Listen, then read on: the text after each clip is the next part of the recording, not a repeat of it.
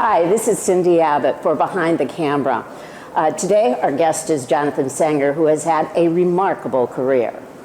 You know, Jonathan, I've always wondered, and people ask me what the different, we know about directors, but what exactly a producer does. What is your responsibility? That is a very tough question, and I'll tell you, from the very beginning of the time when I started producing, I couldn't even explain it to my own parents. My mother would say, "Well, what do you do actually?"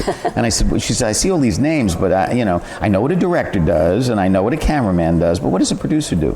Well, it's a tough question because, well, for one reason, because when you look at the credits on a movie, you really can't tell what. There are sometimes 10 producers, sometimes 5, but there's often more than one, and some of them got their credits because they were the brother-in-law of the lead actor, and some of them got their credit because they found a piece of material 10 years ago and somebody said, "We'll buy it."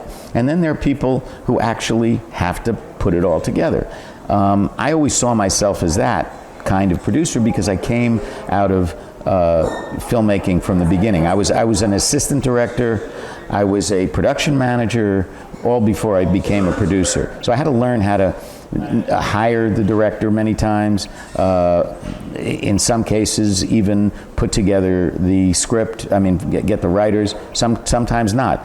But when it came to actually putting together the people to make the movie, that was something I felt very comfortable in doing. And that's kind of what I do. I will hire all the key people with the support of the director. The director may not know people in many of these categories, especially if they're new directors. I'll find them people that they'll like and work well with. And it's also part of the process is making sure that everybody, meshes well together, because you can have great individual people in jobs who don't fit well with other people, and that's a problem. And it happens on movies. Well, and it happens in life. Yeah, that's exactly. It does. And you can have great people, but they don't work well together. So you want to create a sandbox where everybody is playing well and enjoying the experience. That's the ideal. It doesn't happen all that often, but when it does happen, it's sublime. It's a great experience. And you want it to keep going. And you want it to happen. Your first, if I'm correct, one of your first jobs as a producer was with Mel Brooks. Yes. It's hard for me to sort of believe this because it was The Elephant Man, and that is definitely not something that I think, Mel Brooks, I think funny, but the Elephant Man, yes, I was looking at clips from it and still it's heart-wrenching to look at.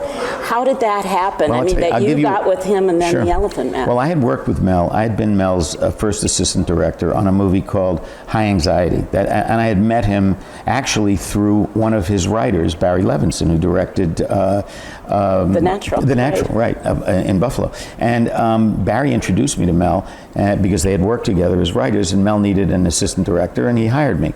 So we became friends on that project, and when I found the script for The Elephant Man from these two young writers, that's another whole story, but I happened to have it around the office when I was working with Mel.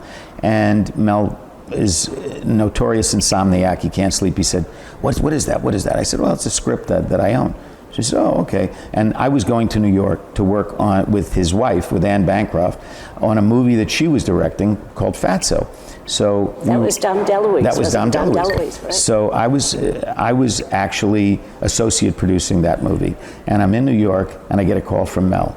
He says, Jonathan, I picked up the script that you had, and I was reading it last night, and it's great. I said, great. He says, well, I want to talk to you. He says, I want to start a company to make movies other than my own comedies, and I'd love to, I think this would be a great project for that. Well, I couldn't believe it. First of all, I hadn't been in the business that, so long that that I'd had experiences like this before, and this was my very first opportunity to produce a movie. And first of all, I knew Mel trusted me because we'd worked together before, and secondly, he was actually going to support me to produce this movie. It was a magical scenario. I went back to Los Angeles and I had a meeting with Mel, and he was good to his word. He said, look, I really want to do this. He says, I'm going to let you do what you do. I'm not going to interfere with it, but I really love the project, and any way I can help you get it made, we're going to get it made. He said, the only thing is, he said, I don't think I should take an executive producer credit on it. I said, why? He said, well, because everyone's going to think it's a comedy, especially a movie called The Elephant Man. Right. He said, that would be, he said, and I don't think it will be good for the movie.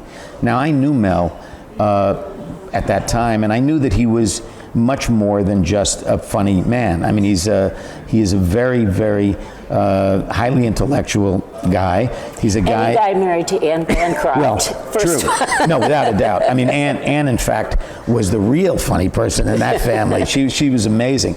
I mean, but she loved being with Mel because he always made her laugh and he always kept her, happy. And they were a great couple. They were a terrific couple.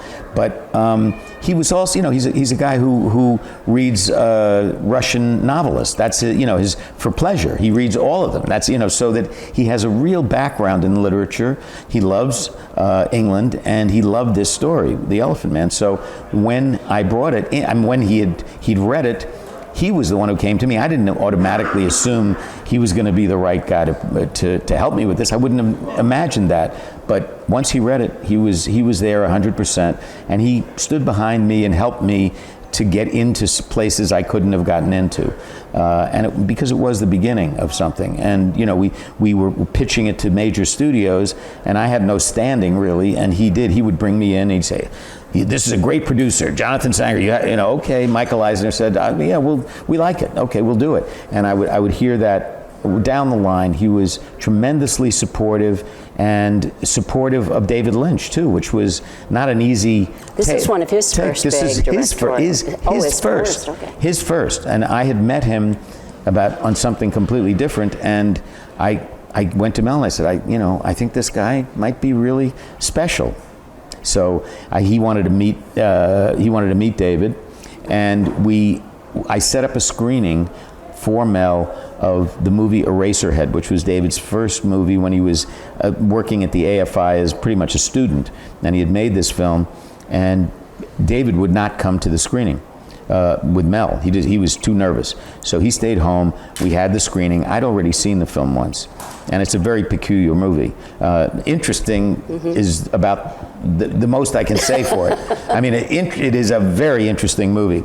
Anyway, I'm sitting there with Mel, and we're watching it alone in a little screening room, and I'm a little ahead of him, in front of him. And while the movie is going on, it seems to me like it's the longest movie in the history of movies. I'm thinking, oh my God, Mel's going to think I'm an idiot that I even suggested this guy. I mean, and the movie is continuing. I mean, literally sweat pouring down my face. I'm thinking, this was a huge mistake. He's now going to question the whole reason why he even wants to do this with me. So the lights come up, and I steel myself, and I know he's sitting behind me, and I'm waiting for him to slap me in the back of the head. And I turn around, I look at him, and he's looking very thoughtfully at me, and he says, "I get it." I said, "What do you mean you get it?" He said, "This is an adolescent's nightmare of responsibility." He says, "I like it. I think it's really interesting. I want to meet this guy." So we set up a meeting with David. David came in that afternoon, and Mel went right up to him. He says, "You're a madman." He says, but I like. And David was, if you don't know David, at that stage in his career, David was from the Midwest. He buttoned his shirt up to here. He had a pocket protector. He looked like a scientist. He didn't look like a filmmaker, and like a kind of a crazy scientist, but a scientist.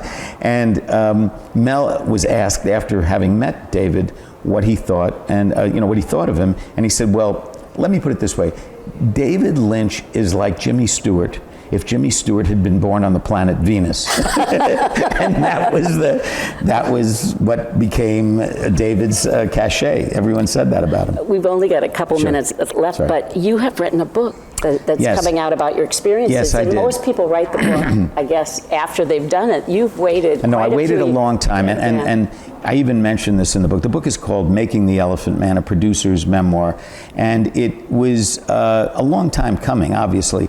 I wrote in the book that I could have written a book right after I'd finished making the movie 30 years ago.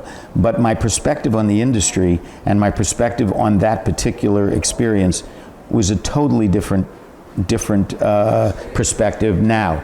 And it was about a year and a half ago, I was teaching classes in film I'm teaching independent filmmaking. I taught classes at USC and at Chapman College, and I found that I was telling a lot of the stories that happened on that movie. And I thought, well, maybe I should write these down. And I did, and that was the germ of the idea that became the book. And the book is about, it's not just about the making of the movie, which it is, certainly is about that, but it's also about a young man producing his first movie, hoping for the movie to be released in one theater. I mean, that was really the level of my ambition at that time was that. And David and I would meet once a week and talk about what it was going to be like when the movie came out.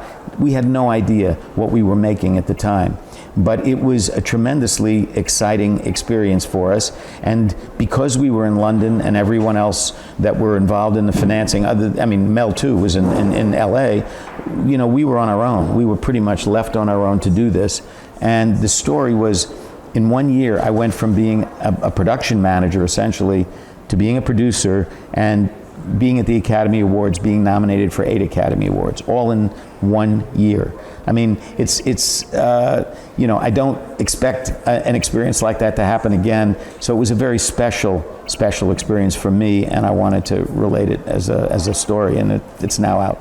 Well, it's a wonderful story to tell in this age in which I think everyone is a filmmaker with their iPhones Absolutely. and iPads and whatever. It's good to learn how it was done. Jonathan, thank you so much for talking with us. It's a pleasure. Come back to Buffalo. I will.